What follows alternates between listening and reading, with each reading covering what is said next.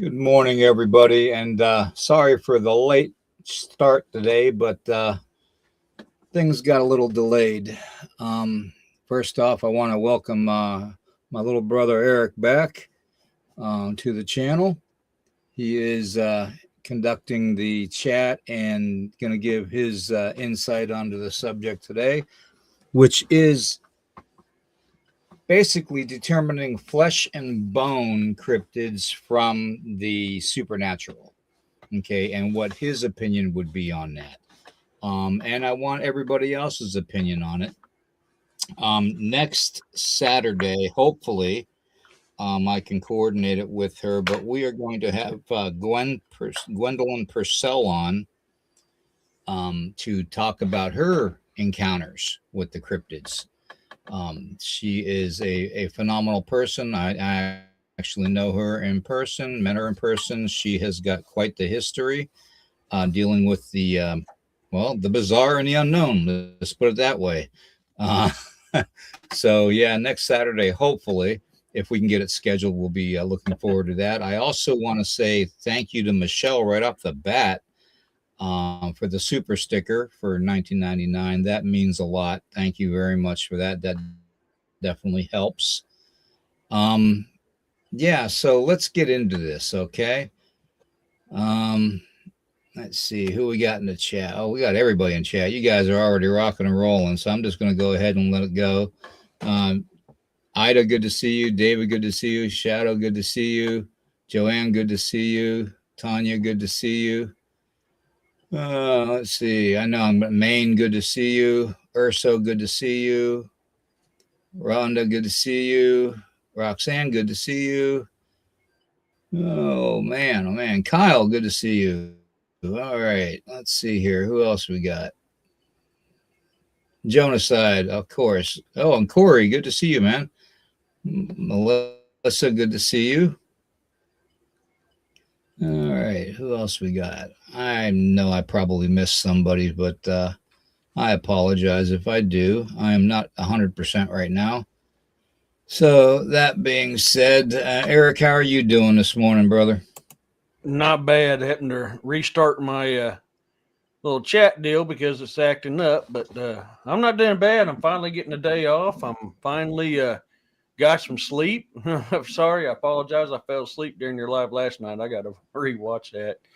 I was tired. Oh, God. And my alarm went off for 7 this morning. I fell asleep again, woke back up at 9. I was like, whoo. I was Yeah, tired. sometimes you need to catch up on your sleep. So if it's during my podcast, at least I'm doing something to help. So, but there it yeah, is. today I wanted to pick your brain and to pick everybody else's brain a little bit here today. You know how I feel about separating the supernatural from the flesh and blood cryptids. Oh, yeah. And basically everything else. So I'm interested to see what you all think. Okay. You know my thoughts on it. I've said it enough times. Now it's your turn.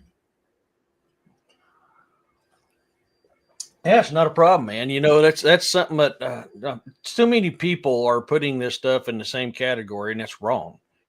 You know, the Jinn, the Big W, and I'm sorry, anything dealing with dark magic. I mean, the SWs, all that stuff is supernatural. I mean, the SW is going to be more of your flesh and blood / supernatural. Yes, that is true, but the process of becoming an SW is strictly supernatural. So, I mean, anything dealing with that type of stuff, that's going to be supernatural. I mean, let's face the facts. I'm sorry. I mean, if that upsets people, I'm not, I'm not here to sugarcoat, and I'm not going to lie to you. I mean, the truth's the truth. Bigfoot, Exactly. Dogman, stuff like that. Yes, that's flesh and blood. That's cryptids. You know, the other things are not. They just, I mean, Jotuns. Yeah, I mean, frost giants. Those type of things that you had up there before is what we call a Jotun, a frost giant, the Jotun. Jotuns are giants in Norse mythology, just like Nephilim are giants in Hebrew, and And every nation has a different term for giants. And for me, that would have been the Jotun. There'll be a cryptid because they're not supernatural. Although they do have magical abilities, absolutely they have magical abilities, but they're not supernatural. They're flesh and blood. Okay, what do you think about like things like the Hat Man and when people talk about the Mothman and even some of the Bigfoot encounters? Yeah, stuff like that's going to be supernatural. Because, like, I mean, there's. Oh, sorry, that came up quick. There's a difference between supernatural and paranormal too. People get that, and everybody in chat. My chat finally came back up again. So if I missed you in the chat, hey everybody, that's came in since I had to restart my chat. But there's a difference between supernatural and paranormal. There's a difference between cryptids and paranormal. They're all different. Paranormal is dealing with the things that once were flesh and blood that no longer have a meat suit. They're now just a spirit walking around. They're energy. Okay. They're not supernatural.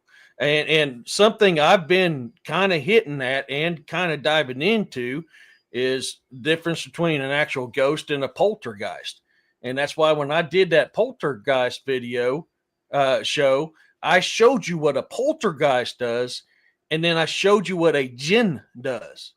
So a poltergeist haunted house and a jinn haunted house, and how they're extremely similar. I seriously think a poltergeist is not paranormal. I think a poltergeist is very similar to the jinn. I really do. If you look at what they do, how violent they are, paranormal can be violent, yes, but paranormal can't kill you. Can they scratch you? Can they pull your hair, do stuff like that? Yes, but they're not at the level of poltergeist or jinn. They're not. They're not at that level. About the only way a paranormal can kill you is if they push you down a pair of stairs or something like that. They can push you. So I could be wrong. This is just my theory on this stuff, but I do not believe a poltergeist is even paranormal. I think poltergeist is also supernatural. Yeah, I mean, where do you think? Just off of curiosity, where do you think things like the Hat Man with the reported red glowing eyes and even some alien encounters that report strange phenomena happening. Where do you think they lie in this whole category thing? Because I see several places out there on the internet and social media that are really miscategorizing stuff just so they can get clicks. That's the key word. You said it right there, brother. It's all clicks. It's clickbait. They got to re-terminize something to make them look good, and that is doing a very bad disservice to us in this field. That aggravates the holy living crap out of me when people do that. I believe they're seriously making a disservice to us. That stuff you mentioned is they're supernatural. The key word is red glowing eyes, not red reflective eyes. There is a difference, and people need to start talking about that. There is a difference between reflective eyes and glowing eyes. There's a huge difference. They're not the same thing. So when you're dealing with actual glowing eyes, self-illuminating eyes, that's supernatural, man. That's good or bad. It's supernatural. And people would always talk about, Bigfoot goes invisible. No, Bigfoot don't go invisible. I'm sorry, they don't. I'm a firm believer in that. Do they do adaptive camouflage? Yes, but I also believe there's Bigfoot ghosts. And one of the things that really brought a smile to my face is when Josh Gates' team on Destination X, I think is what it was called, was in that cave, and they had an image of a Bigfoot on their FLIR, and it went past him and it didn't knock him over in that small little cave. That, to me, I firmly believe, my opinion, my theory, my hypothesis, they caught a ghost image of a Bigfoot there. I'm sorry, if it was flesh and blood, it would have knocked him over. Yeah, you know what I think about that whole the whole Bigfoot thing disappearing, and I don't believe that he's I don't believe that he is just disappearing into a portal and walking No, away. no. Although that can happen, and With that the has witch, happened. It's been reported in the past. yeah. Um, I do believe that in some cases we're dealing with an entity that is far above the capabilities of any Bigfoot or Sasquatch out there. And you know my Hmm. thoughts on that. I've talked about it hundreds of times. They're Yeah, called trickster yeah, spirits. Okay. yeah. And they are the same type of entities that can possess a human in ceremony and ritual, okay, to have them change and shapeshift and do things above and beyond their abilities as a human. Okay, I know firsthand. um but at the same time, I also believe that they can possess anything that you give Hmm. a name to.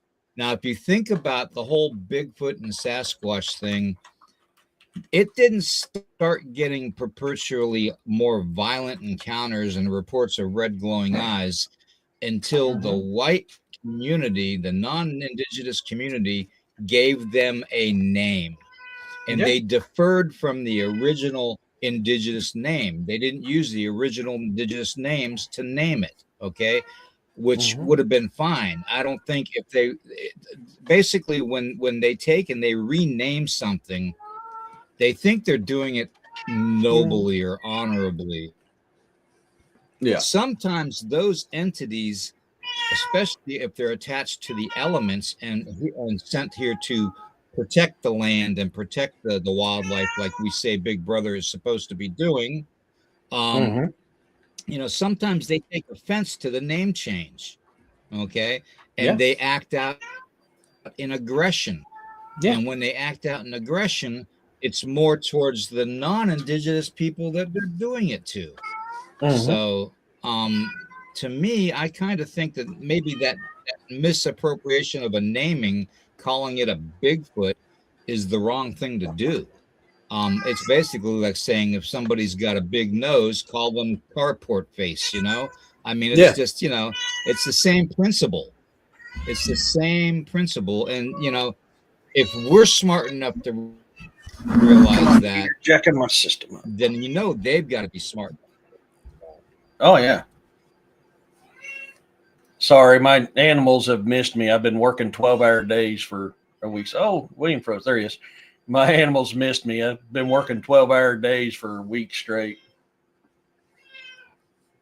Yeah. Hmm. But yeah, I Okay. agree with you. It's like That's okay. I've said it before. Bigfoot, they don't go in portals. Do the medicine men probably do it? Yes, they have the knowledge and the power to do it. But a regular Bigfoot, Yeah. no, I don't think they do.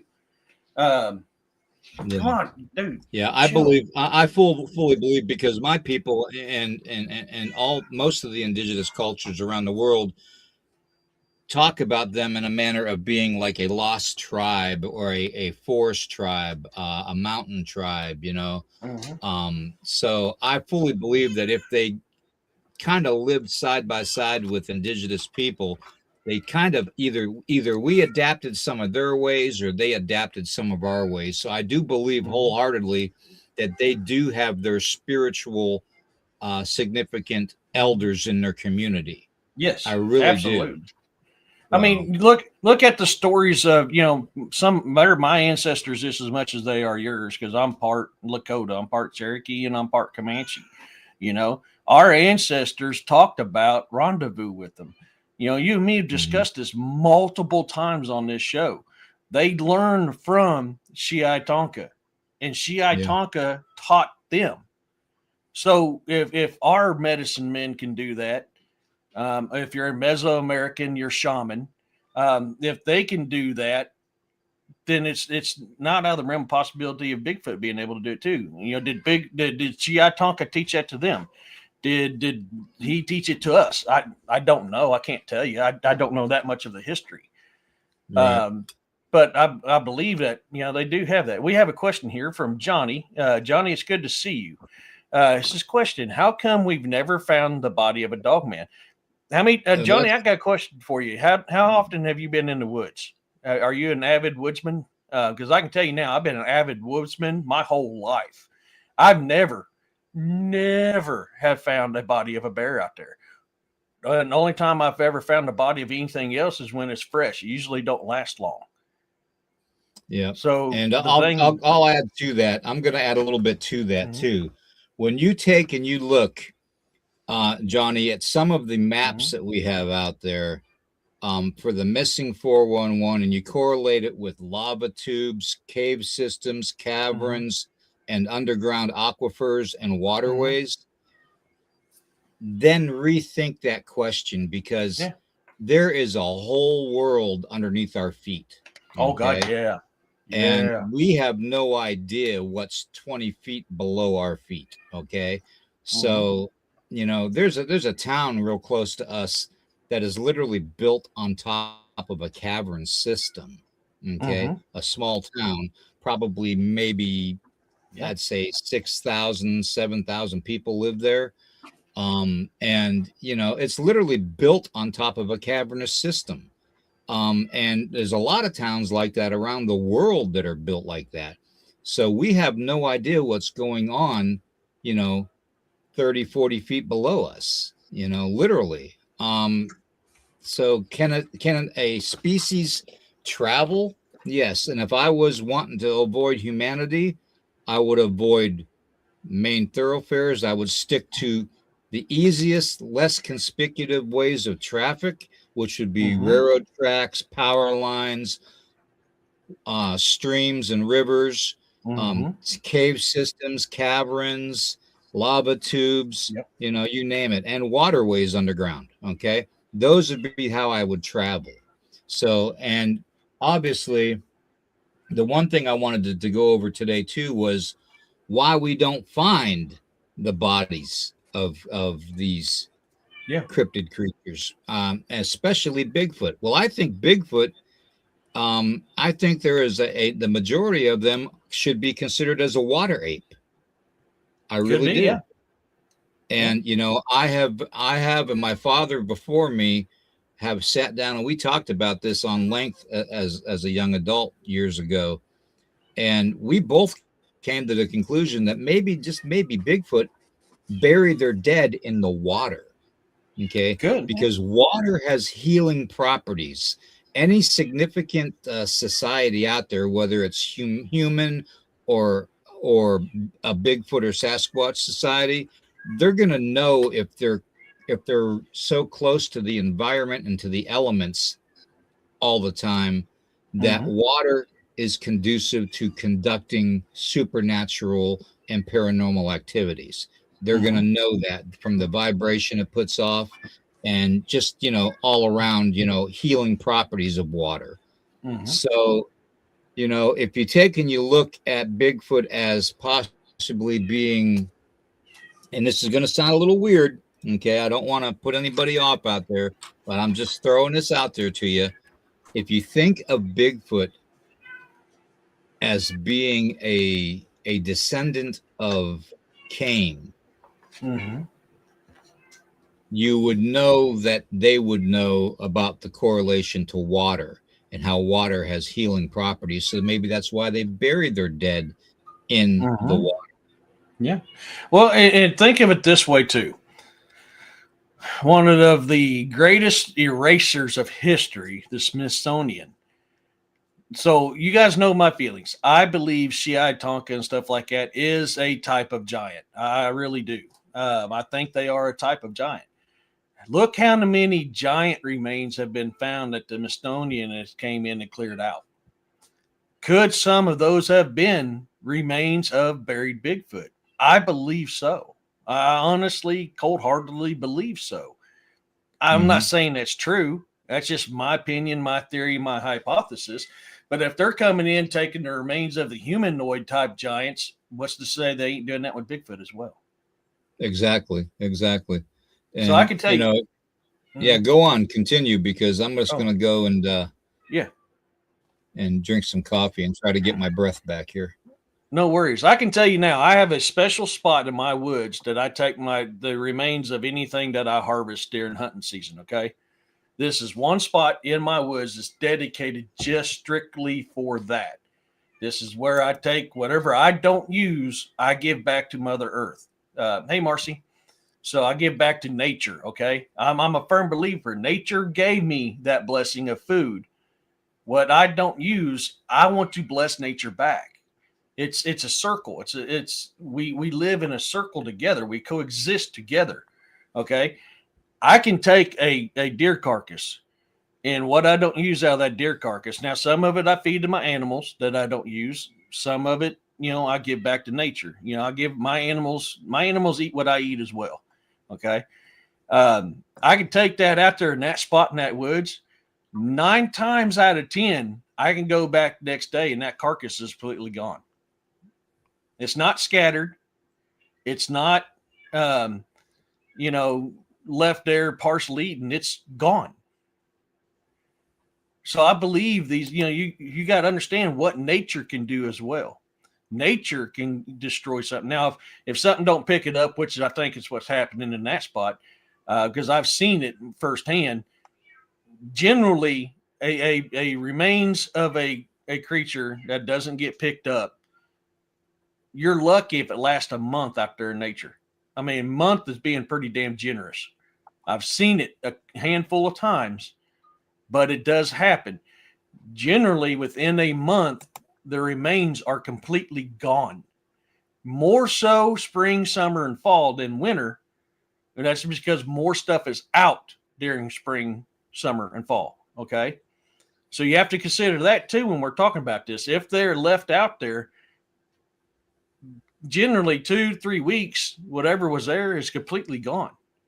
Yeah. Everything has gotten on him. Who was it? Wasn't it Monster Quest, Doug's channel or program that did the deer carcass and pinned it down in the forest and used a time lapse camera on it and how it disappeared completely within like 24 hours. Oh yeah, it can happen. Yeah, there is so much stuff out there that feeds on it. Bone is ivory. Okay, mice, squirrels, chickmunks, types of insects love ivory. Okay. I mean, that's why it's so hard to find deer sheds. That's why you pretty much got to find it right when they're shedding. Because if you don't, you're just even a week off from them shedding. You're going to find absolutely nothing to very few or partially eaten ones. There's so many things out there in nature that eats on that stuff. Then you got the beetles and the other insects that feed on the flesh and the organs. Okay. Then I mean, that's just that side of it. We're not even talking about coyotes, bobcats, wolves, bears, everything else out there that feeds on that stuff as well. Your carcass ain't going to last long. Like I said, the longest I've seen was a month, and that was still when it was kind of cold out. Okay. It's not going to last. It really is not. So if you got these remains out there and say they do just sit on top of the ground, okay, it's going to be gone within 2 weeks. Nature's going to eat it. And I give 2 weeks as being pretty generous. I mean, I'm being really generous for 2 weeks. But I agree with you. Yeah. We have ancestors that buried bodies in bogs in water. I believe there's types of them that do that as well. Cave systems is another prime example where to hide that stuff. On top of that, if some of our ancestors cremated, what's to say they're not cremating as well? Yeah, true. I believe that's it doesn't take much to start fire. Yeah.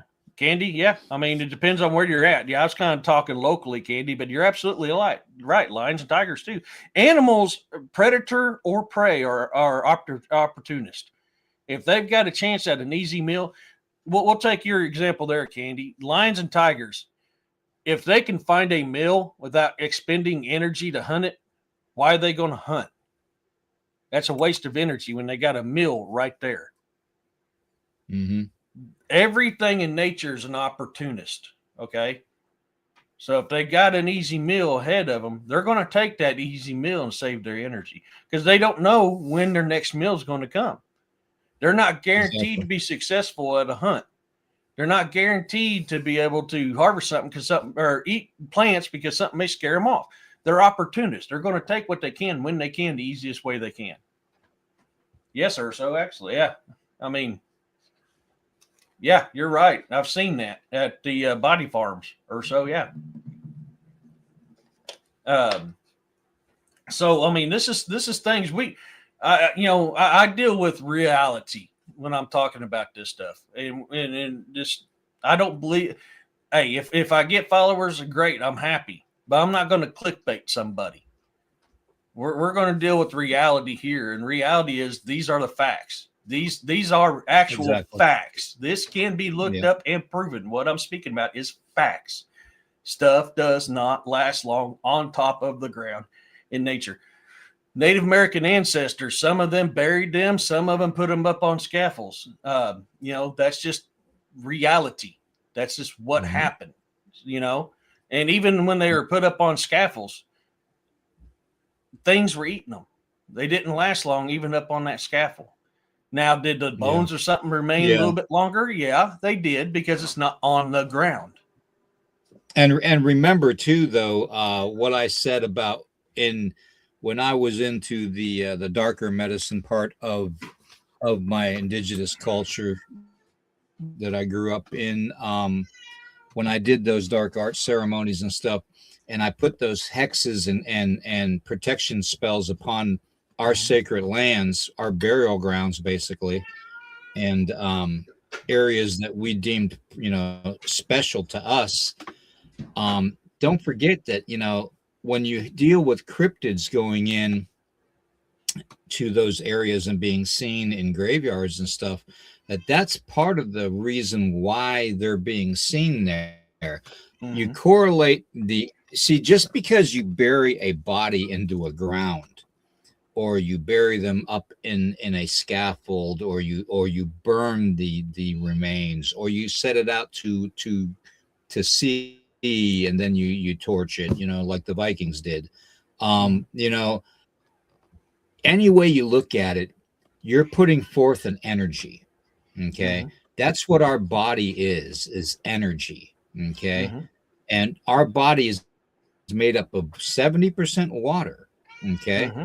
So there's a lot of energy there, a lot of vibration.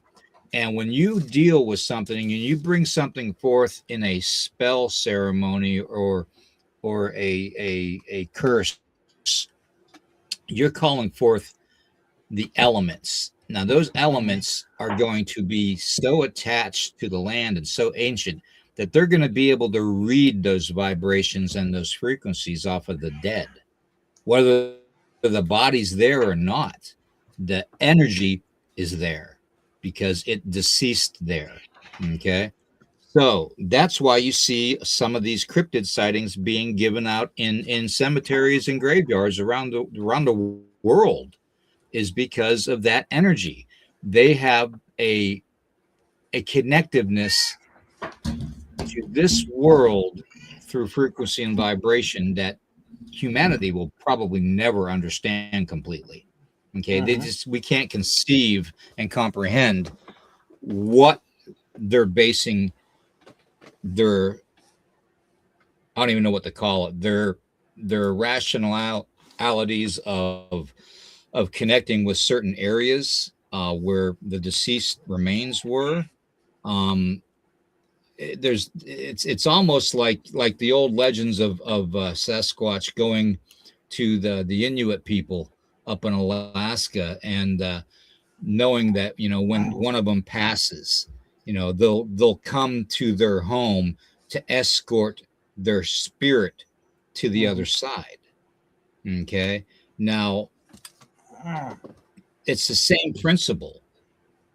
There are forces in our world that a lot of people refuse to understand exist, and those energies connect those forces in our world like a chain. Okay, and just because one chain link is weaker than the other Mm-hmm. doesn't make that chain weak enough to break. It makes it stronger because the energy of the elementals comes out stronger to repair that link. And that's kind of what the way I look at what they're doing. Their energies that they're putting forth, going into into graveyards or burial mounds or sacred areas and stuff that we call protection on, they're putting forth that energy back into the earth, into the environment, to repair it, to heal it. Okay. That's why you have so many encounters with hunters and stuff, and fishermen having a hard time explaining why they had a red-eyed encounter with a aggressive Bigfoot. And I'm a firm believer in that. There's that energy connection. So, yep. We have a question here, and I'm glad you brought this up because this was something I was getting ready to talk about, Bounty. She says, when bones are found years later, is it more of a misinformation on time or purpose of something wrong with the bodies? Hey, Ray, something people forget. Depending on the type of soil that you buried, if it's dry, if you got dry soil, the bones are not going to decompose. Most they'll do, like in some instances, they'll absorb the minerals from the ground, which would pretty much fossilize them to a degree. But your type of soil that you're burying your remains in determines on if the remains last or not. Yeah. And that's scientific. Yeah, I mean, here's a perfect example of what Eric's trying to say. If you're dealing with a highly lime acidic soil, you're dealing with a soil that can break down and decompose bones a lot quicker than low pH soil. Okay. So that's why in the old days when our people were massacred and buried in mass graves, that's why they spread lime across the pile of bodies, because it decomposes it and it keeps the smell down from the decomposition. Okay. So yeah, I mean, it's sad to say, but that's literally what it is, what is happening. When you see something that is petrified, take for instance the ancient trees that we know, and I'm sorry, Devil's Tower was a tree. I don't care who you think you are. I'll take you on that one. Okay. But it's the same principle. Okay. Wood has a different pH, especially if it's like a pinyon pine style tree, which has our own DNA within it. Okay. And you have to ask yourself, why does a tree have human DNA?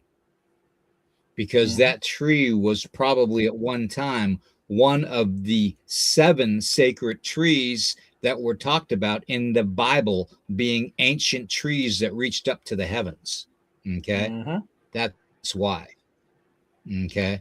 So, it's going to, there's some things that return to the earth, and there's some things that don't return to the earth right away. Okay. But that pH of that soil breaks down those bones and bone marrow and cartilage a lot faster with lime than it does without it. So that's my 2 cents. Yeah, and if you got the correct minerals in the ground, it's going to preserve it. That's why if you notice, you find more remains in the Middle East than you do here. Even in I live here in Missouri. Missouri has a lot of limestone. It's very acidic. I mean, it eats everything. But if you go to the Middle East where it's dry and it's sandy, you're going to preserve stuff there because it's not going to degrade it. It's not going to get rid of it. But it will. Some minerals, depending on what mineral you got in the ground, will do exactly what Corey's talking about here, and will fossilize it. It absorbs the minerals, and it's not so much that the bones that remain is more the mineralization is coating it and protecting the outer layer. So the only thing that's really still true to its DNA form is the inside where the mineral hasn't reached. Okay, basically the outer part of it, the mineral replaces that. So that part still got some of it in there, but it remains. Exactly. Sorry, guys. I got to get another cup of coffee. You're fine. I'm trying to fight with these animals. only thing getting me through this morning right now, guys. So bear with Oh, me. I did have something good happen the other day. What was that? You remember baby Kitty, the one that disappeared about 4 or 5 months ago? She came home the Yeah. other day. She came home the other day. Oh, for God's sakes. She remembered where her home was. I opened up my So- door to go to work, and all of a sudden there's baby Kitty. I'm like, oh, wow. Where have you been? She's been up my butt, too. What has she been? I mean, that's just too weird. The only thing I can think of is maybe she was in a neighbor's home. But Huh. she's healthy, plump. So she hasn't been surviving out in the woods. She's been somewhere holed up, eating good. So, yep, Yeah, she's outside. Maybe she's Bigfoot's pet. Might be. She's outside hunting right now. She likes to go out for a little bit and then she comes back in. But yeah, I opened up my door, heard a meow at the door. I was like, what the hell? I said, all the cats are inside. It's too cold for the cats to be outside. I'll let them out for a little bit, but so I'm like, what's going on here? And I opened up the door and there was baby Kitty. She just came in. It's like, meow, I missed you. Hello. Feed me, human. She was typical diva attitude. Nothing's changed. Bounty said she went on an adventure.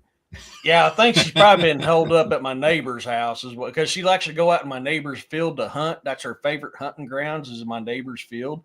And there's a lot of mice out there, so that's where she loves to go and hunt. That is her favorite place to hunt.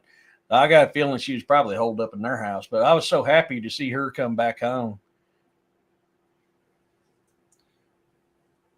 Yeah, red clay. You see, and that's the thing right there, Corey. Clay is a great preservative. I mean, our ancestors, some of the native ancestors used to wrap food in clay to cook it. It's a protectant. It's a preservative. So if you bury something in clay, it's going to preserve it. So, I mean, that's a very good example right there, Corey.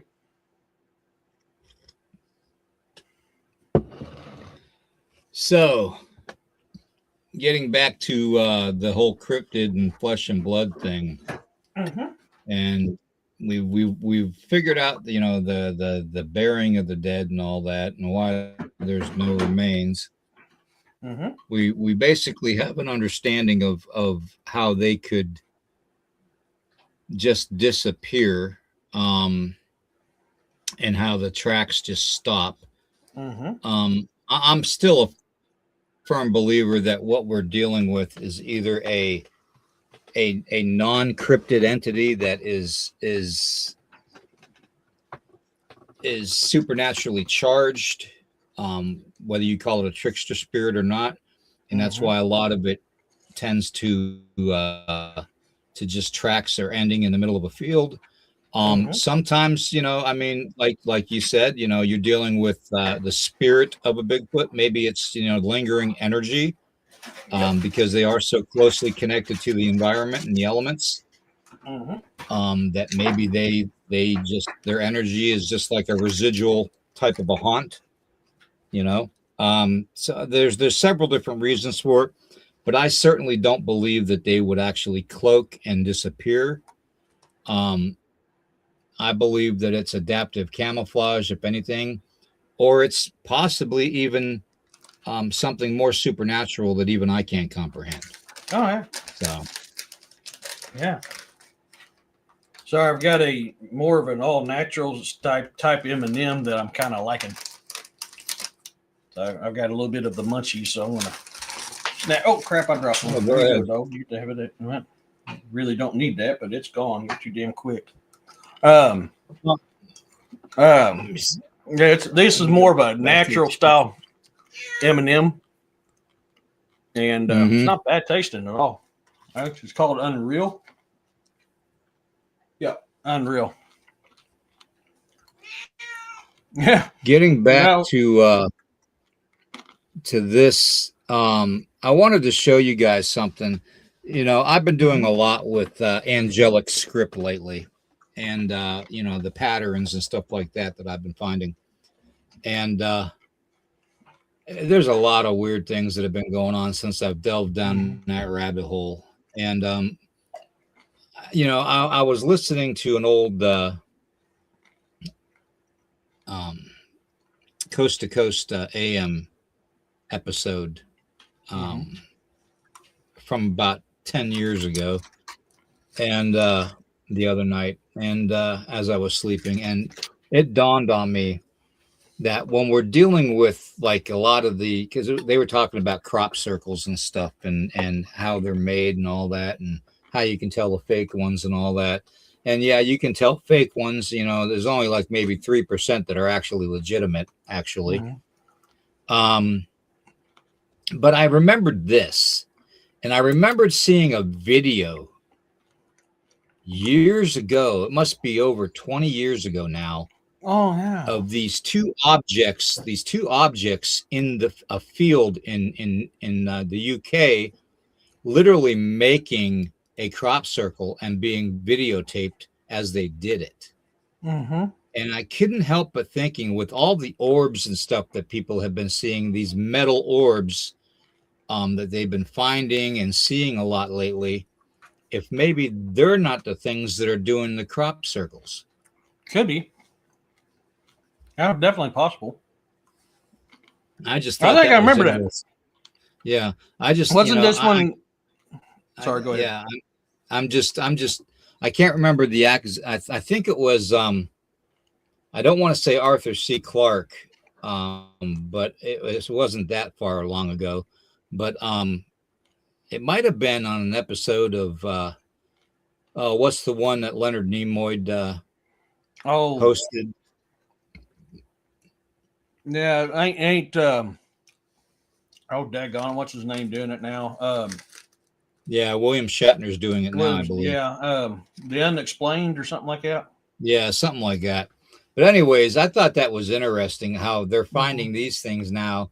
And years ago, they had that videotape of that somebody had of these two objects that looked just like those things forming these crop circles. So I don't know. I mean, if anybody else in search of, thank you, Jonaside, thank you. That's it. In search of. But yeah, that kind of struck me the other night when I was listening to that what if what we're dealing with, because you see the writing on this, okay, you see the etchings on this picture here, the close-up, that does look awful similar to angelic script. Yeah.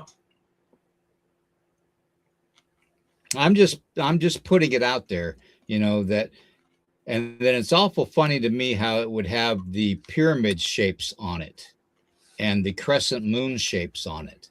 And the crescent moon shape and the pyramid shapes are also seen in a lot of crop circles. So, could crop circles, the 3% that are real, actually be angelic messages? Yeah, could be. Just a thought.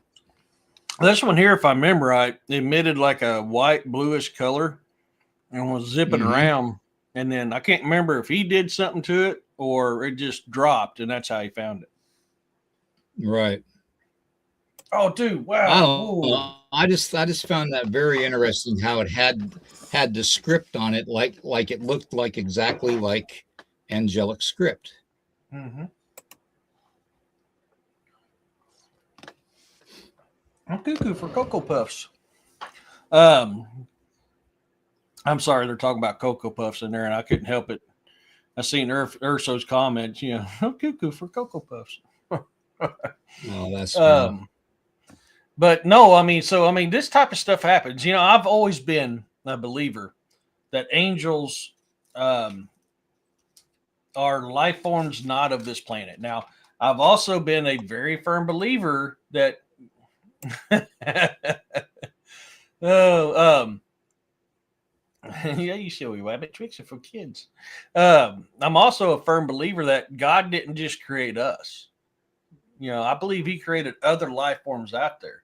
So is that what the ancient Sumerians called the angels, called them Anunnaki?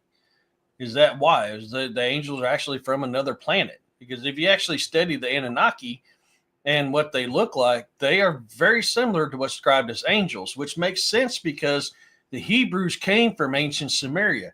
That's why the Old Testament is very similar to ancient Sumerians, because that's where they came from. So when the Hebrews left ancient Samaria, instead of calling them Anunnaki, did they start calling them angels, which to me is Well, and supernatural. I'm probably going to offend a lot of people right now that are into the UFO thing and the alien thing, but I'm sorry, I don't believe for one instance that an intelligent life form is going to want to travel 100 billion light years to some planet that has a lower Mm-hmm. species on it to observe it and study it. Okay. Mm-hmm. What are they going to learn? How to be stupid? I mean, it's ridiculous. I don't believe that they come here from a billion light years away. I don't. I don't believe that they come here from another universe a million light years away. Mm-hmm. I believe that they're either interdimensional or they're right here terrestrial, right underneath our waters. Mm-hmm. 9, stop. There's not enough room for you up here. Quit. Quit. I wonder how many people I ticked off in the chat with that one. I don't know. Yeah, but if you study all the old, drawings of the Anunnaki, they have angel wings. They look like angels. I mean, hey, Muriel, I believe that's probably what happened. Was they were called Anunnaki, and just when they left ancient Sumeria, now they're known as angels. Do I believe that Yahuwah created them? There is one supreme God that rules all over all other gods and all over all creation, that created all other gods and created all creation. Yes, I believe that's Yahuwah. But William, would it do? William, they would do it if it was easier for them to do it. Yeah. Because Yahuwah's words in the Bible when he created man said, I created in man in our image, in the image of the gods. So, that tells you something right there. Corey says, what if they were casted here? Yeah. That's a possibility, but all the ancient scripts talk about how they came here to mine stuff and they created life. Servants. I believe they did use stargates and wormholes. I don't believe it's in the specter of what we talk about, but I believe they did. But, and I'll tell you this for a fact, okay? And I don't want to offend anybody. When you're dealing with stargates and wormholes, you're talking about portals and gateways. And that is mentioned in biblical text. The book of Jasper, the book of Jubilee, who talks about how the angels, the supernatural angels would be the ones to regulate the weather patterns in this world through the gateway. Okay. And, the gateway of the north and the gateway of the south. And, there's other things too that you could correlate it to. I don't believe that a wormhole connects us to another universe 800 billion light years away. I believe it could connect us to an interdimensional type of a place, a parallel universe, or even another time frame. Okay. But I don't believe it's going to connect us to two physical worlds. Okay. Because all a wormhole is a piece of paper. All right. And you open up one side, and then the piece of paper gets folded over and it opens on the other side. And the in between on that paper is your wormhole. Okay. That's all a wormhole is. All right. So when you're dealing with calling something a wormhole or a Stargate, I believe you're dealing with something that's going to go either interdimensionally or you're going to time travel. I don't believe it's going from one physical locale to another physical locale 800 billion light years away. So I'm a little different on that. I'm a little different on that. I believe in what you say too, but I also believe that in the other, because one of the oldest writings in history, it talks about portals as ancient Sumerian. And they say you got to have the right frequency to use it. I believe if you got the frequency to whatever galaxy, dimension, time, whatever, that's where if you use that frequency, that's where it's going to take you. That's just my beliefs. Well, see, I think we shouldn't lump it all to one thing. If we're going to call something, let's call a spade and a diamond a diamond. Okay. I don't think we should I don't think we should lump other universes in the same category as timelines. Okay. I think those should be two separate places of destination, because they're two completely opposite directions. You're dealing with one of physicality and another one in past, present, and future time. Okay. So makes you wonder if anybody knows anything about, quantum physics, time doesn't exist anyways, except what we're doing right now, right here and now. Yeah. So, I agree with you on that. I can see your point of view, and that's a very valid point of view, and I like it. And that makes me wonder that maybe what people are calling wormholes ain't actually wormholes. They're all one thing, is portals. Stargate's a portal. Ancient Sumerians talk about portals. Native Americans talk about portals. Hebrews talk about portals. All these cultures talk about portals. Wormhole is a new event. When did wormhole come out? Wormhole came out in the 60s, if I remember right? Yeah, something like that, yeah. It was all stemmed from black holes, if memory serves me correctly. I mean, I could be a little wrong on it, but if memory serves me correctly, that's what it is. So what if that's what it actually is a portal? And what that was, all the ancient texts tell you, if you don't have the right frequency to go through that portal, you will be unalived. Is that why we can't use these wormholes or these black holes? Because we ain't got the right frequency. Yeah, see, to me, a Stargate is a portal. Okay, so I just, I think we're labeling too many names on one specific thing. It's like all the multiple names for Bigfoot and Sasquatch and Oman and hey, you just said the key word. Yali and just all kinds of different ones. It's known by many different names depending on what culture. I agree with you. Yeah, exactly. Exactly. And I think that a lot of people just, they get confused and I think if we're going to call a Stargate, a way of traveling from one world to another, let's call it a portal. Yeah. Let's literally call it what it is. It's a portal. Okay. I believe it's like a portal. Oh, sorry. No, go ahead. I agree with you. I believe 100% it's a portal. I just think that culture called it a Stargate. And I don't think it's so much that the portal is called a Stargate. The device used to set the frequency for it is the Stargate, which creates that portal to allow you to go somewhere. I believe that's truly what they're actually talking about. And that's just me. That's my thinking on this. But I believe what's actually called a Stargate is that device that sets the frequency, not so much the thing that sends you. Right. Yeah. That could, Michelle. I agree. I think if anything to do probably time, it would be wormholes. Which wormholes is birthed from black holes. So that's where the whole theory of wormholes came from, was black holes. Okay. I agree. If anything could do time, I believe it's probably a wormhole / black hole. Yep. I agree with that right there too. I believe wormholes are definitely for time travel. I do. I believe that wholeheartedly. Yeah. So. Well, you about fell, bub. You got that still.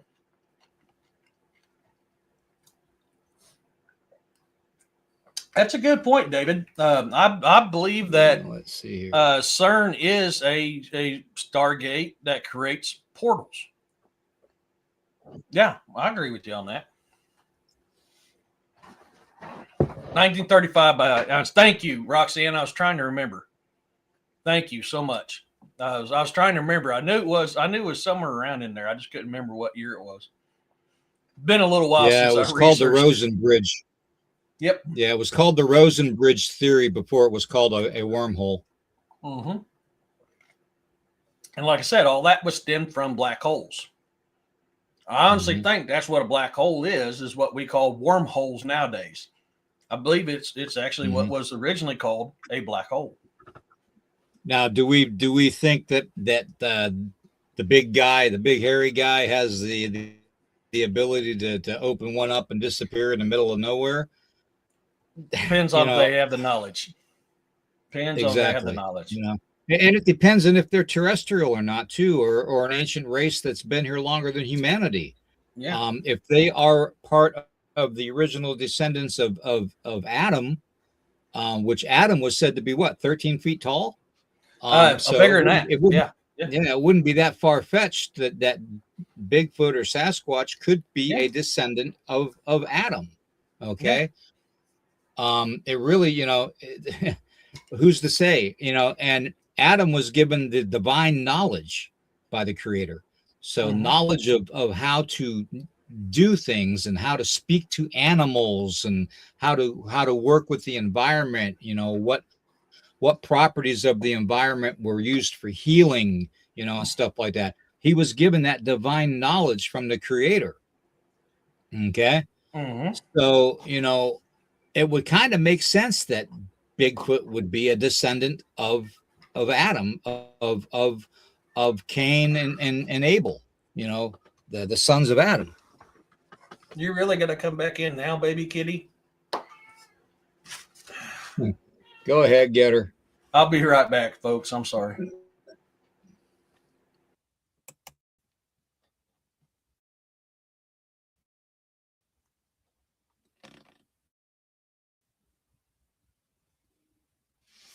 Well, and I'm a firm believer that telepathy is a way to communicate. I've seen it happen firsthand. But I'm not going to say that it's the only way they communicate.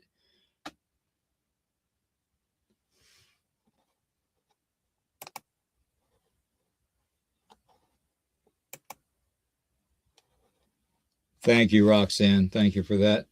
Please like, share, and subscribe and smash that thumbs up. If you have a hype button, maybe you can hype it up too. I don't even know if they're doing that with my show anymore. That and the fact that they have the hype button now on. If you're watching on Facebook, you can do the what is it? The stars. There's all kinds of different things that they're doing now. Um, who's to say? I mean, this is why we talk about these things and we try to hash it out, because there's so much that we as just normal human beings can't comprehend, and it's something that we need to consider and we need to talk about. We need to hash this out and figure out, you know, the differences in things and how things are connected. And that's why I always tell you guys, look for the patterns, look for the consistency in things. You know, I know from my own dealings with the paranormal and the supernatural and all the cryptid activity that I've gone through that, I still have the majority of my knowledge is ending in questions. Um, you know, I may know some things. I know some stuff, but I'm not going to say that, my answers are the only answers. That's why I tell you guys to always question everything. You have to. You have to do your own research, because until you do your own research, you're never really going to be satisfied with the outcome or the results that you get or the answers that you get from other people. So you need to do your own research. You need to keep that knowledge, that hunger for the knowledge, and the connection going Mm-hmm. long after I'm gone. Yeah. And that, sorry, I'll have to let the dogs back in here in a minute. And I'll let her back in. And then the dog's like, I got to go potty. So, revolving door. But that was baby kitty there on my shoulder. She up my butt. Hey, Jason. But yeah, I mean, we have to be careful on that. But that's, I don't, I'm sorry, I didn't hear what you guys were talking about when I stepped away, let her in, and the boys went outside. But Oh, we were talking about how back in the days of Adam, how they used to communicate. He used to communicate with the animals, and Mhm.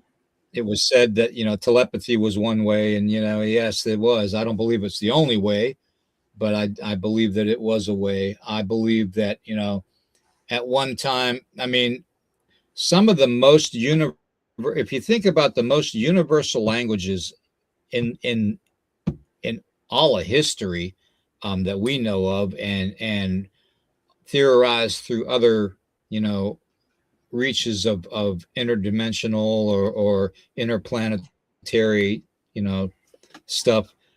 Mathematics is a main one. Music Mhm. is a main one.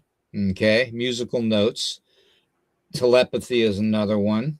Mhm. Okay, but Well, also sign language, and then a lot of the indigenous cultures around the world do a kind of a throat talk, okay, a guttural mhm. talk. And a lot of those guttural sounds mean the same things. So, you have several different ways to communicate. Who's to say that animals back in the days of Adam didn't use any one of those, or other ways, instead of just telepathy. Well, I mean, not only did Adam and Eve, and even first Eve, first and second Eve, not only did they talk to animals, what other culture talked to animals?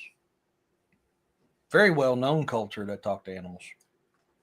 In fact, I up know until that Great War, Dr. huh? Doolittle did. Yep. Up until that Great War, we talked to them, Mm-hmm. and that was the Native Americans. They talk to Yeah. animals too. Now, what is Mm-hmm. something you're supposed to say when an animal comes to you? What are you supposed to say to the animal if it comes up to you? I'm not answering that because I know. Yep, I'm waiting to see if anybody else remembers because we've talked about this. I don't know how many times on the show. Come on, somebody answer it. Let's see how much people pay attention. You are now on the quiz, and Hey, you Night have to Owl. get that wrong. Hey, Night Owl. Hey, Master Candy. Have a Light. good one. Master Light, good to see you, huh? Very good to see you. Man, nobody has said it yet. Oh Mm. no, somebody's not been paying attention.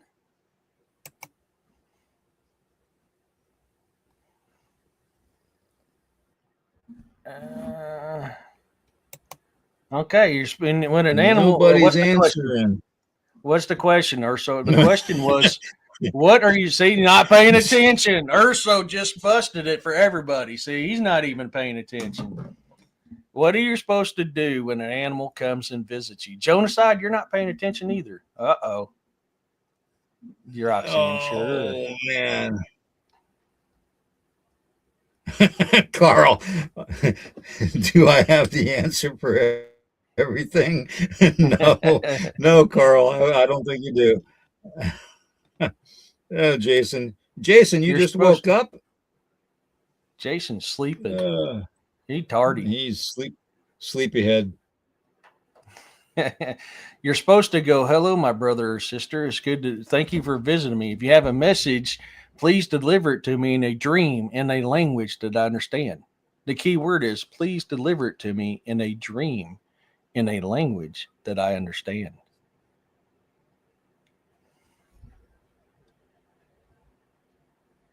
So, I mean, that's what does that tell you right there? We still can talk to them. Yeah. We still can talk to them. We just can't talk to Well, them how we used to. I think what part of the problem is with humanity right now, and this is just my Mhm. 2 cents on it. Okay, 61 years now of dealing with this stuff, and my 2 cents on the whole thing is that we're dealing with when you're dealing with trying to communicate. I think that the connection that we lost. Excuse me. The connection that we lost all those years ago those thousands of years ago, is that we don't use that part of our ability to think beyond the consciousness thought process. Okay, when we make comments and tell our ancestors and our relatives, whether they're the winged, the four-legged, the two-legged, you know, the no-legged, when we ask them to speak to us in our dreams, we're asking them to communicate in a language that we use to communicate with them, which was a subconscious type of a language. It's above and beyond the consciousness state that we are in practically every hour of the day. Okay. So if you ever notice when you watch an animal, watch a bird, watch a robin or even a hawk or an owl or a deer or something, and just watch them and just think something, and you'll see them tweak their head a little bit. Okay. Because when you use that thought process, you know, you're getting closer to a level of communication that they're used to. Okay. And I do believe that we have in time, humanity has stepped so far away from being the caregivers, the ones that were given the stewardship of this world. Says it right in the Bible, okay, that we were given the stewardship of this world in the book of Genesis. I think it's 6:2, if I'm correct. It says in the book of Genesis that we were given the stewardship of this world and dominion over, the land and animal. Okay. And for somehow or another, humanity decided to turn its back on that and walk away from it. Okay. And ever since then, we've been losing bits and pieces of ourselves and our ability to interact with the same environment that was given to us by the Creator as a gift, that we didn't have to go to um, a grocery store to get our food, or we didn't have to make clothes and stuff like that. Everything was provided for us. Everything was there. Okay, including the wildlife. Okay, the flora, the fauna, the herbs to heal us, the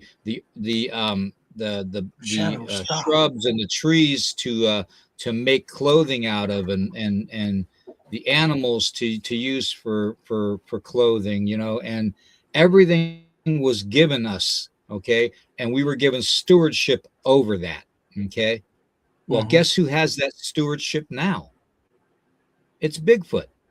And all the cryptids that you all are seeing and experiencing right now are the ones that have the dominion and the stewardship over the wildlife and the land. And we wonder why we have so many aggressive encounters. Yeah. I don't know. Muriel, what you say is, hello, brother or sister. Thank you for visiting me. If you have a message for me, please deliver it in a dream in a language that I understand. Sorry, she had her internet cut out. So I had to answer that for her real quick. Oh, that's fine.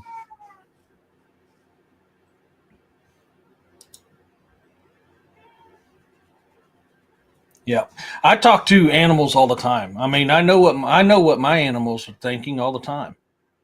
You just, you're around them so much, you got such a good bond with them that it happens. Okay, Tanya. I'm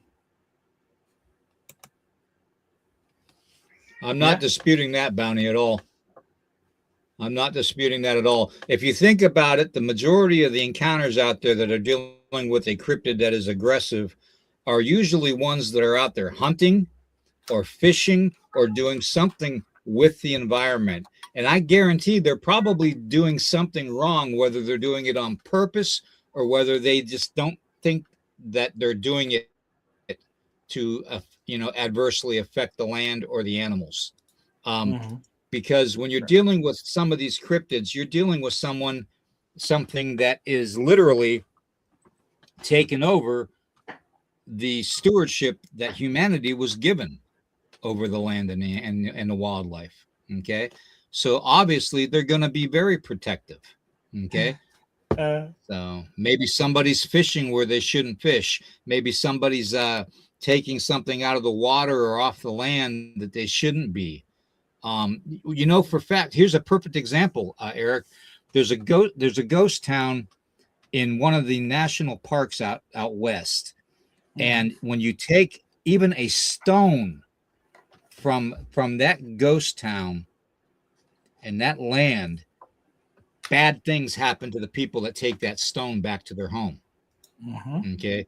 There's been reports of people losing their jobs, losing their homes, losing their life or the life of a loved one because they removed something from that environment. It's the same principle we're dealing with some of these cryptids. Okay. And the same connection that you're dealing with when you see a cryptid in a graveyard or a cemetery.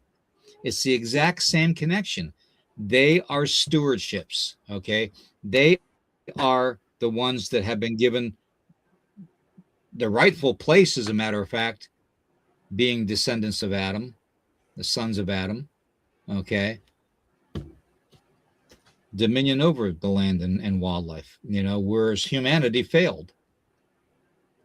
So I don't know. I mean, that's just my sense on it, my 2 cents on it, and I'm not saying I'm right. I'm not saying I'm wrong. I'm just, all that I've researched and I've investigated over all these years, that's the conclusion I've come to. We need to realize that we were the ones. Not only did the fallen angels fall, but we also fell. Why was the flood? And you can read this, and virtually every single ancient culture says the exact same thing. Why was the flood created? Why did it happen? Let's see who all pays attention. Somebody answer. Why did the god or gods create the flood?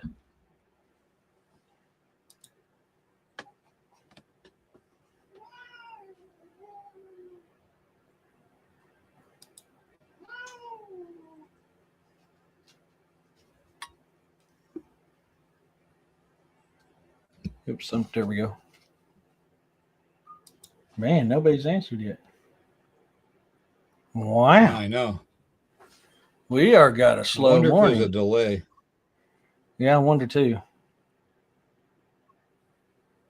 Urso gave an answer.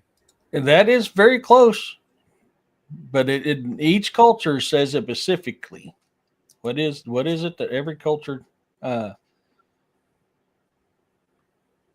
every single culture talks about?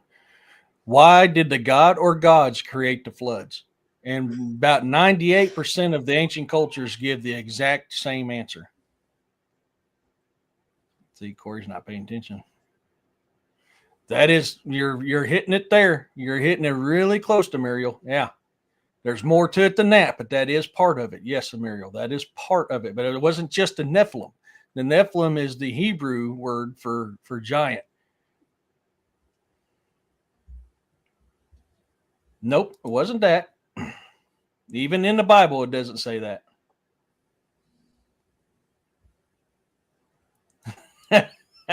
Jason. So every single culture, including Christianity, says the same thing, that the giants had become unruly. They were cannibals. They were destroying the land, teaching war, teaching weapons, teaching dark magic to humans, unaliving humans and doing all that. That they, and it depends on which culture you're talking about. We'll say Christianity. Most of us in here are Christians. So we'll talk about Christianity first. They created the flood to get rid of the giants and their unruly behavior, the evil that they were doing. Now, every single culture, including Christianity, says the exact same thing. Not all the giants were destroyed during the flood, but that's why the flood was created. So that tells you something right there, and that also shows you the connection between all cultures. which is what I've said on the show many times. I think because it says, if we go off of Christianity, we'll just say Christianity, for sake. Before the fall of Tower of Babel, we looked the same, spoke the same, thought the same, and worshiped the same. It was upon the fall of the Tower of Babel when God split the tongue and split the people.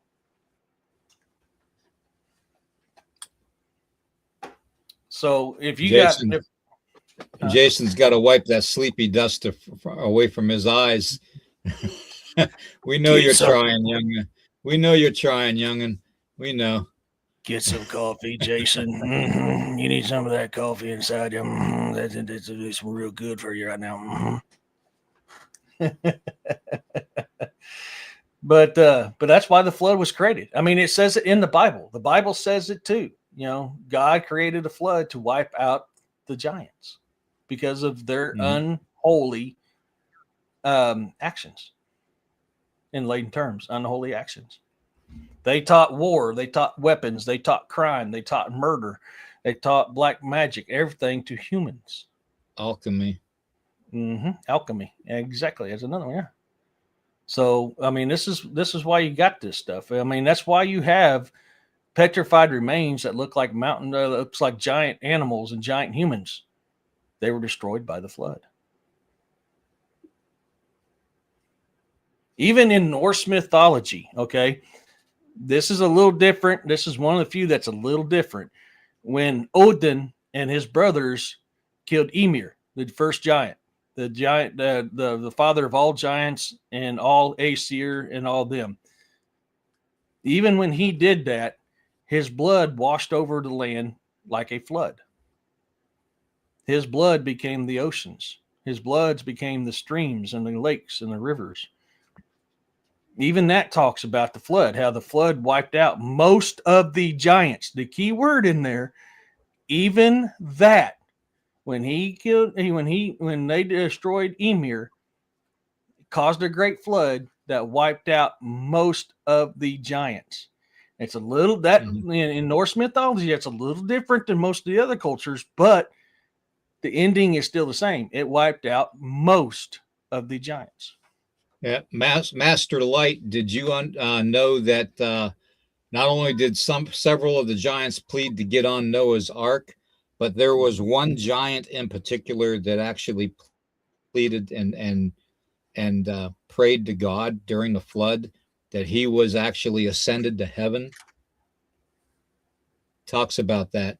The Book of Jasher, the Book of Jubilee, and the Book of Enoch, and what was it? The Book of Giants are all books that you'll find that information in once you read it. It's there's a lot more that can be said about mainstream, and I want to get on this religious kick, but there's a lot to be said about why religion as a whole has developed, and it's developed for the wrong reasons. My own father used to tell me growing up all the time, you don't need to go to church to be with your creator. Your creator made the cathedral of the pines. Your creator made the cathedral of the mountains. He made the pristine waters of the lakes, and the oceans. That's his creation. That's his cathedral. Okay. We don't need to go to, we don't need to go and basically to a building to be with our creator. Okay. And, the one giant that prayed to God and begged his forgiveness and asked for his mercy was ascended to heaven because he was above and beyond. He didn't react the way the others did. He bowed down to the power. He bowed down to the Creator's mercy and the Creator's grace to save him, to save his soul. And a lot of people believe that a lot of these giants don't have souls. That's not true. It states in some of the missing apocrypha that several of these giants did have souls. There, and to me, I believe that there was definitely different types of giants. I'm not just talking the human looking giants, or say even the cyclops looking giants. Okay, I'm talking the dragons, the anything of monstrous proportion. Okay, bigger than humanity to me would be a giant. Okay, Mm-hmm. I'm a firm believer too that some of the life in the oceans are possibly descendants of the giant race, Mm-hmm. of a continuation of a bloodline. Yeah. Okay, and that's why certain species are culled off or killed off over environmental things. Okay, there's one thing that I've found through a lot of my research is water is connected to everything, literally everything. Okay, missing people, UFOs, USOs, abductions, animal mutations. Most animal mutilations happen around water, or a water source. Um, you know, there's so much paranormal activities associated with water. Everything is associated with water, and we have to ask ourselves why, because water is the main formation and energy that we have in this world. It's the foundation, the original elixir of life. It really is. And why do you think there's so many rumors of the fountain of youth out there? You know, the fountain of youth is exactly what it is. Okay. And when God told humanity that they would not live forever anymore after they ate the forbidden fruit, okay, and they were limited to 120 years, um, that should tell you right there that the fountain of youth is merely a suggestion or a phrase that people use to describe something as sacred as water. Okay, I'm not a firm believer that the fountain of youth exists. Okay, I do believe that there is a mystical water source, but making you live forever by drinking it or bathing in it or making you young again, the only one that's going to do that is your creator, plain and simple. And, you know, our spirit, our souls last forever, anyways. So I don't know about you. I don't want to be living forever in this disease ridden body. Just That's my two actually cents. a very good point, Carl. When you are baptized, what are you baptized in? Yeah. You're baptized in water.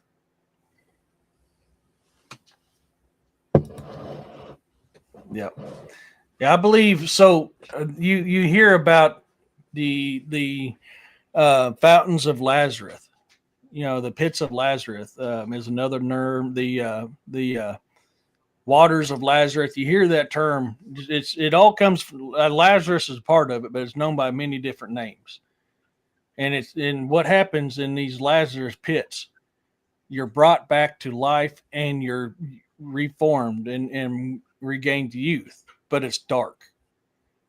There's dark magic tied to these Lazarus pits. So is there good and there's bad? Probably. There's many different ones of them as well. So I believe there's probably something good, but it's not just one. It's not just Fountain of Youth is a name of one of them. I can't remember. One time I'd done research on it when I was researching the Lazarus pits, and I can't remember what the good ones were called off the top of my head. But the most common one known nowadays is the Fountain of Youth, but it's known by many different names in many different cultures. Oh yeah.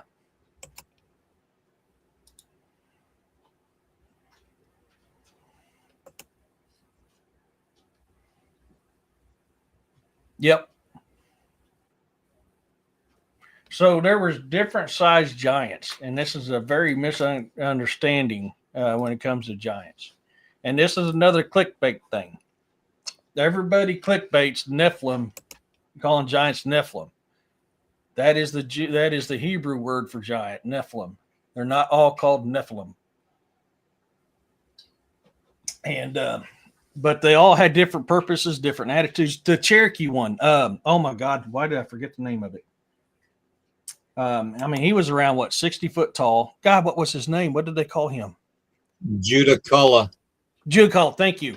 Judicala was known as a protector, and if you asked him to go on his land to hunt, sometimes he would let you, sometimes he wouldn't. If you went on his land to hunt without his permission, he either killed you or chased you out. So I mean, Well, that's how the whole thing started with Judicala. Was that there were a hunting party of Cherokee that went on his property that didn't listen to him and didn't ask his permission. Yep. And that's why we have Judicala Rock to this day with his handprint on it, his 6-finger handprint. Yep. Is because he jumped from the mountaintop to the valley, and when he did, he put his hand on the rock, and it basically embedded its print into the rock. I for one, I mean, you can go back a couple podcasts ago and find a Judicala one that I did recently, and I explain a lot of that. And you know, there's a lot to it. The rock actually that they call Judicala Rock has several hundred holes in it, and I believe that those holes are representations of fallen angels. I do. That's my gut instinct from my research on that rock and being Cherokee myself. You know, a part Cherokee, and you know,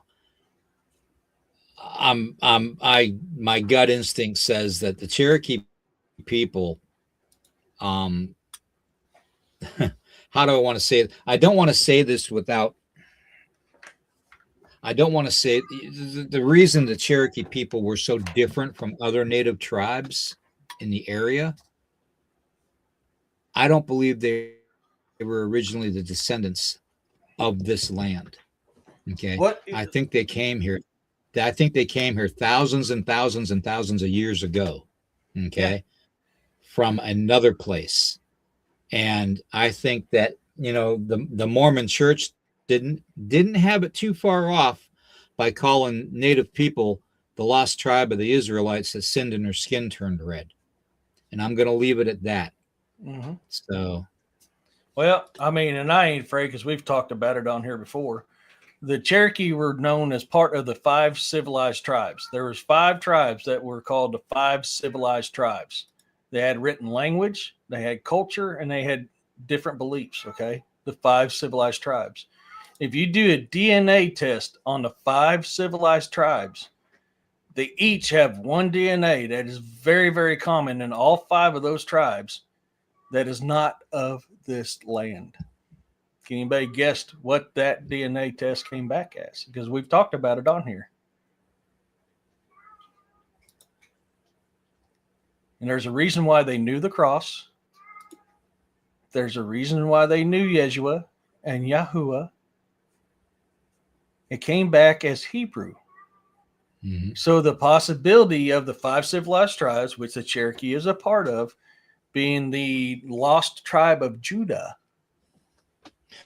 really fits. To add to that, Eric, also, you got to remember that the Lakota Nation, the Sioux Nation, and all the tribes of the Sioux Nation,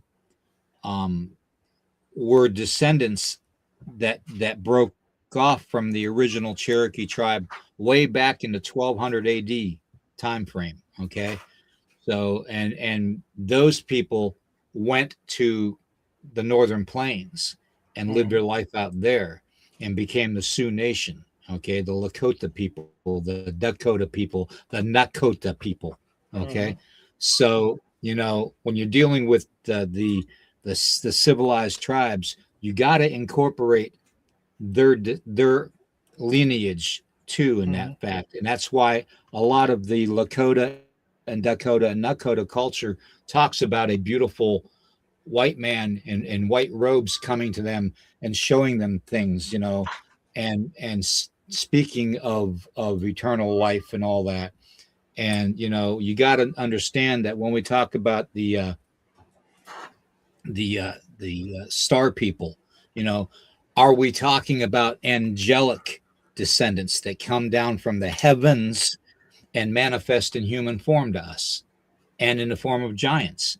Same thing that I played the other night on the podcast with the video, the short video, talking about how in South America the indigenous people talk about these stars coming down and how they transform into giants, and they ask things of people, and if the people don't give them those things, they get angry. Well, those stars are also called the stars of heaven. Okay, they are literally, and some of those are fallen stars.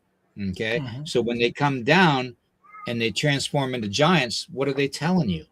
They're telling you that they are the reason that giants were here. Okay, because the fallen were the ones that intermixed. The Watchers did. Yeah, and took upon themselves human wives. Okay, and then the giants were born, the Nephilim were born. Yeah, okay, so you had that whole aspect of it. So when you're dealing with legends like Judaculla and the civilized tribes, and possibly being the lost tribe of the Israelites, that sinned and their skin turned red, maybe those legends aren't that far off. Maybe those thoughts processes aren't that far off, because those people were different from other indigenous people here at the time. So there's a misunderstanding. It wasn't the fallen that mated with the humans. It was the Watchers that did. That's why they were cast out, which one Watcher was allowed to go back to heaven. One Watcher was. Out of all the Watchers that was here, one was allowed to go back to heaven out of all of them. But that's why they were expelled from going back to heaven, was because they mated with humans and taught stuff to humans and created. I guarantee that the not only the Watchers, but do you think, for one instance, that if a fallen angel came down here and was cast out, that he wouldn't intermix with the human bloodline? And that's where I made that correlation a few weeks back before that embarrassing moment happened, and I got sick so that's why I haven't been on for 3 weeks. Whenever I asked everybody, when Lilith, known as First Eve, went to Lucifer, when Lucifer was cast down from heaven and 1/3 of the angels was cast down, the fallen came down to earth, she said, "Can you bring back the Nephilim of old?" That's why I posed that question to everybody. Did the fallen fall after the flood? After the flood. Because her exact words are, "Can you bring back the Nephilim of old?" And we know God flooded the earth to destroy the Nephilim and all the evil. Hey, while we're on the subject of weird now, and we're off the cryptid stuff, I wanted to show you this. This is completely nuts. Okay, I talked a little bit about it last night. I touched on it just briefly. But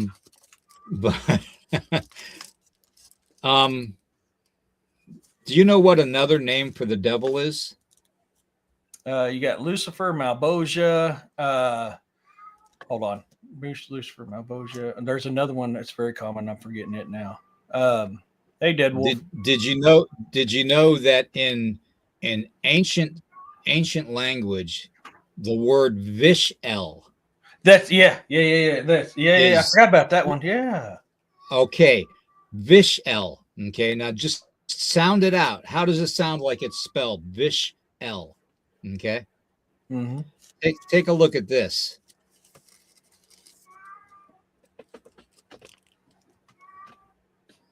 Oh, hold on. Elvish. You read it backwards like you're supposed to in ancient text. Vishel. Elvis. Isn't that weird? Isn't that weird? Yeah, I mean, think about it. Okay. I Now, think it's where was coinky. Elvis born? Elvis was born in Tupelo, Mississippi. Elo, Tupelo, Mississippi. What was Elvis the king of? Rock and roll. Okay. What did Elvis have decorated in his home, in his mansion in Memphis, in Nashville? Gold records. Yeah. Oh man. I'm just saying, it's just awful funny. You want to talk weird? That's weird. It's weird, but I think that's more of a quinky dink than anything. That's just my opinion. I don't know. I mean, it is what it is. Coinky dinks are happening all the time, folks. But it's just awful strange to me how that actually comes out that way. Mm-hmm. So just putting that out there. I thought that was interesting, to say the least. Yeah. Muriel, she wasn't the mother of the Nephilim. She's the mother of the succubus and the incubus. And she was cursed that every single day, 100 of her children would die. And Lilith is known to go to single men sleeping and mate with them and steal their seed. Now, some will say steal their seed and their life force. Most of them is steal their seed, okay? But the females are succubus, the males are incubus. They take life from people. But so it wasn't really Nephilim. It was the succubus and the incubus that she's the mother of. And every day she is cursed to watch 100 of her children die. And that is for reason why she left Adam and never returned. She was cursed. She was basically one of the oldest vampires. She is literally probably the oldest vampire. From my research so far, she is the oldest vampire, the first of her kind, but I could be wrong. That's just what my studies have shown me so far. Is right now she is the oldest because she was known as First Eve. She was created from the earth the same as Adam, and when she rebelled and fled the garden and refused to return back to Adam to submit to Adam, she was cursed. And that's why you have to keep the medallion of 3 angels with you, because she goes after men, she goes after pregnant mothers, and she goes after newborns. That's how she lives. She's a succubus. But she was also, in reports, had married Lucifer. So that's why she's also known as Queen of the Demons.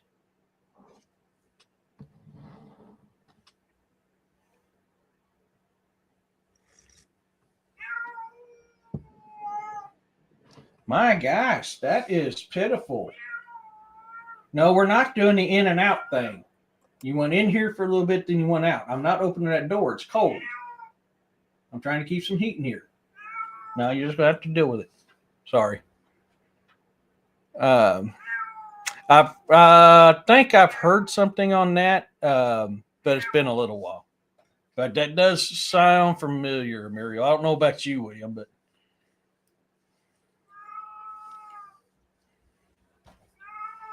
But no, Mr. L. 9, Stopa. 9. Yeah, it finally got from 7 degrees to 13 degrees here. When we first started the show, it was 7 degrees, real feel -4. And I haven't put any wood in the fire in the wood stove today, so.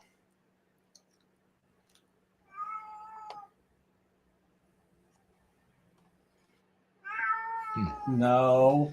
Well, that's all I got for today. If you guys are satisfied with the subject, I mean, we can continue this tomorrow with vampires if you want to get into that subject.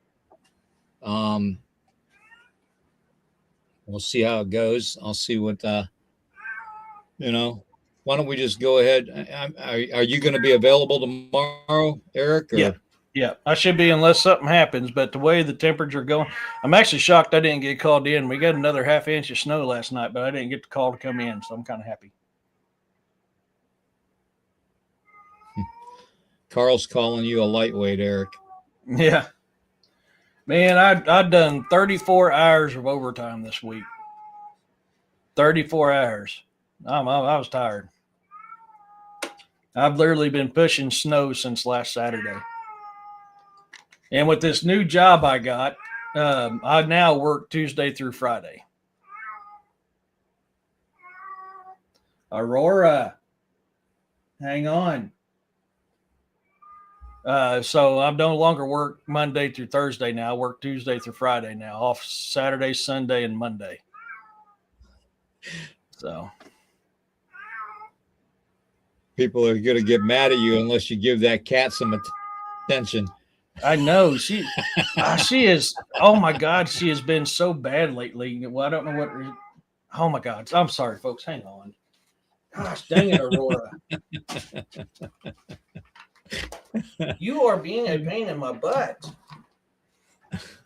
I'm not leaving the door open. It's cold out there. Oh, man. Come on. Come on. Oh, you want it in. Now, no. You just want to sit there and stare at me and meow more. I opened up the door. Well, it's not my fault. I'm not leaving that door open for you. It's cold. Got you, Michelle. Trying to keep it I warm got in you, Michelle. I put it up there. No, she was outside the door, Michelle. Oh, quit fighting with her. Be nice. I let you in, and now you're going to be mean to Shadow? That's rude. Yeah, she's sitting on top of my printer staring out the window now. Well, tomorrow we'll get into the subject of vampires to start with. And we'll go from there. Okay. But yeah, I want to thank Michelle for the super sticker. That means a lot. That helps out. She has no idea how much that helps out. Actually, that helps out a tremendous deal. Anybody, if you can afford to give us a like or a share, a thumbs up, anything is a help. Okay. The way AI has been attacking certain podcasters for our certain subject matter, they don't like it. So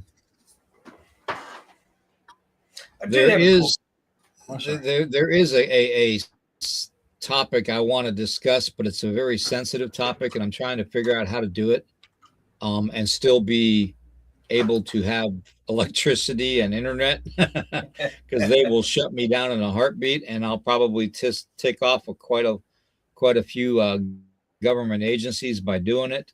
So I'm still in the process of figuring out how to do it. So when I figure that out, I'll get that video put out.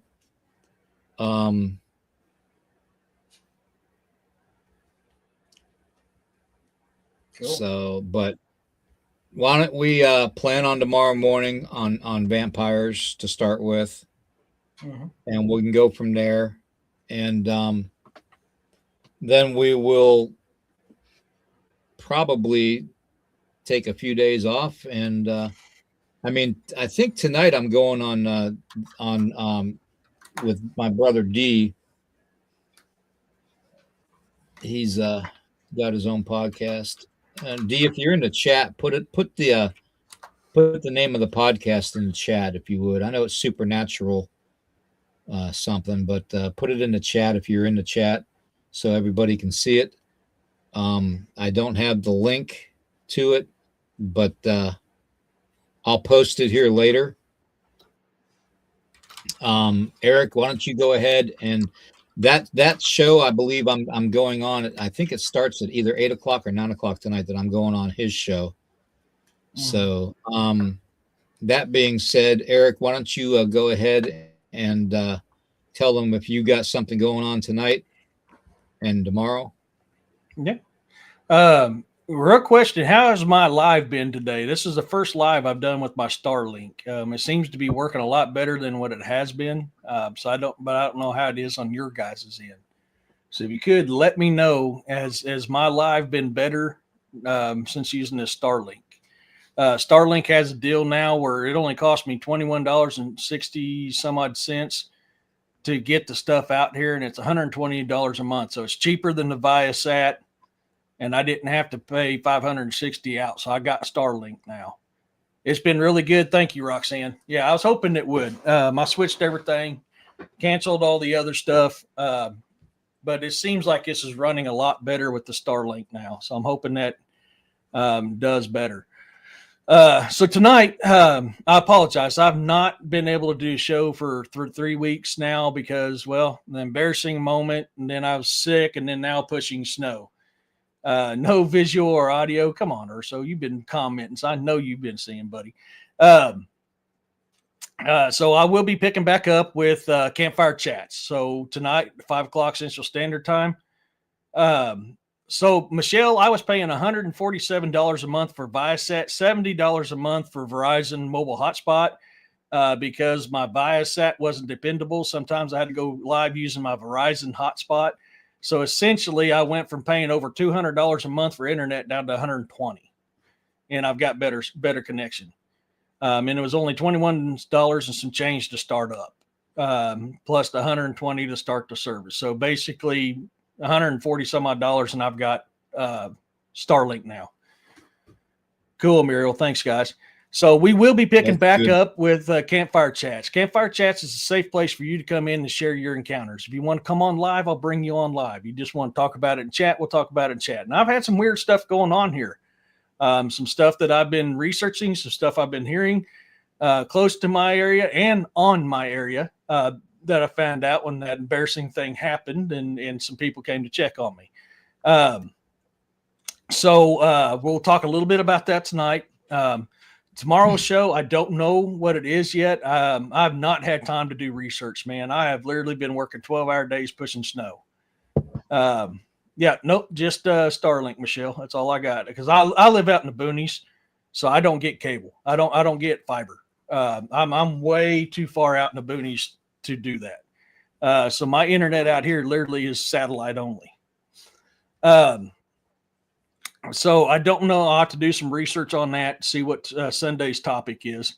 But I'm picking up, and I apologize for being absent for three weeks. I've just had a crap ton of stuff going on here this last 3 weeks. I did get that promotion. Started my new job last week. So I do got it, which spring, summer, and fall is going to be hectic for me because there'll be times that I'll be working 5 to 7 days a week when that comes up. But it is a big promotion, a huge promotion, which is fun, which I've gotten a lot of schooling. I'm going to spend a lot of the next few months up in Columbia going to schools.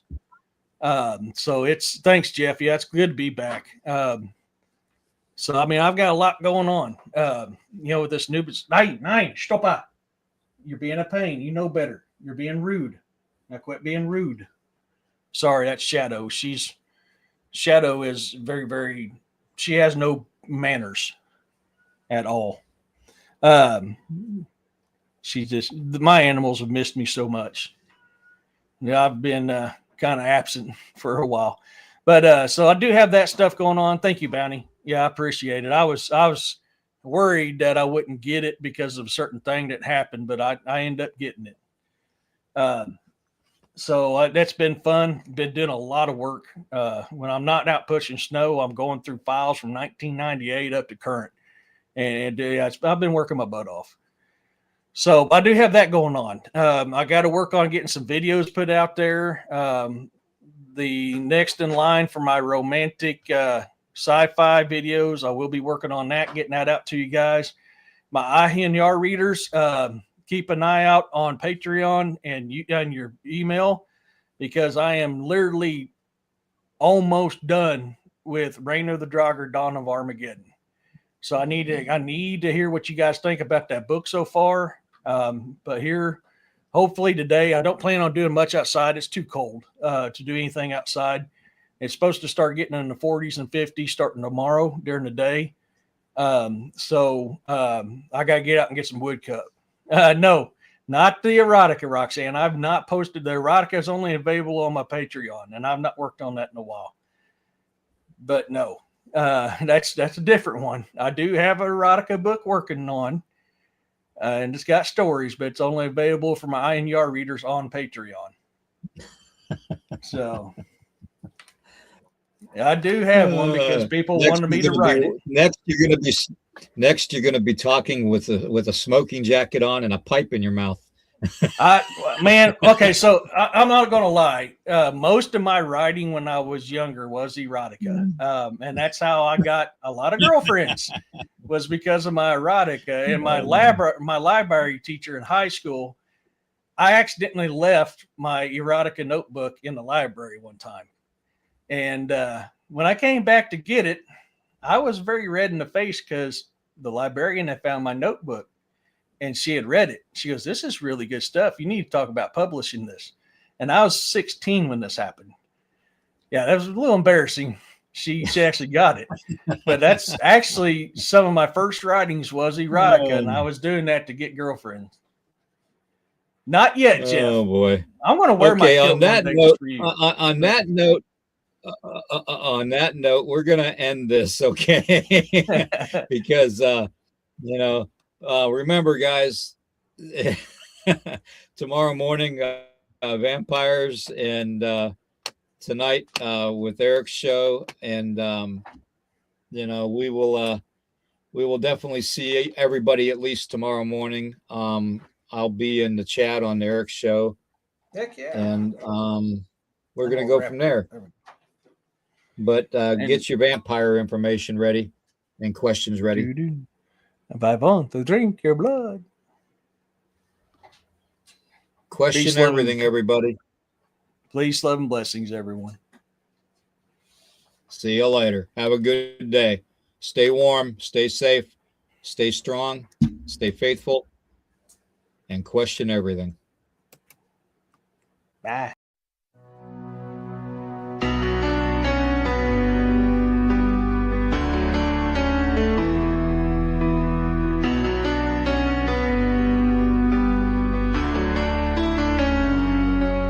The sky turned black, the stars fell down. United we stand, but we're losing ground. One world beneath the iron fist. Voices silenced, they cease to resist. Echoes of hope in the darkening night, fading whispers of a long lost light.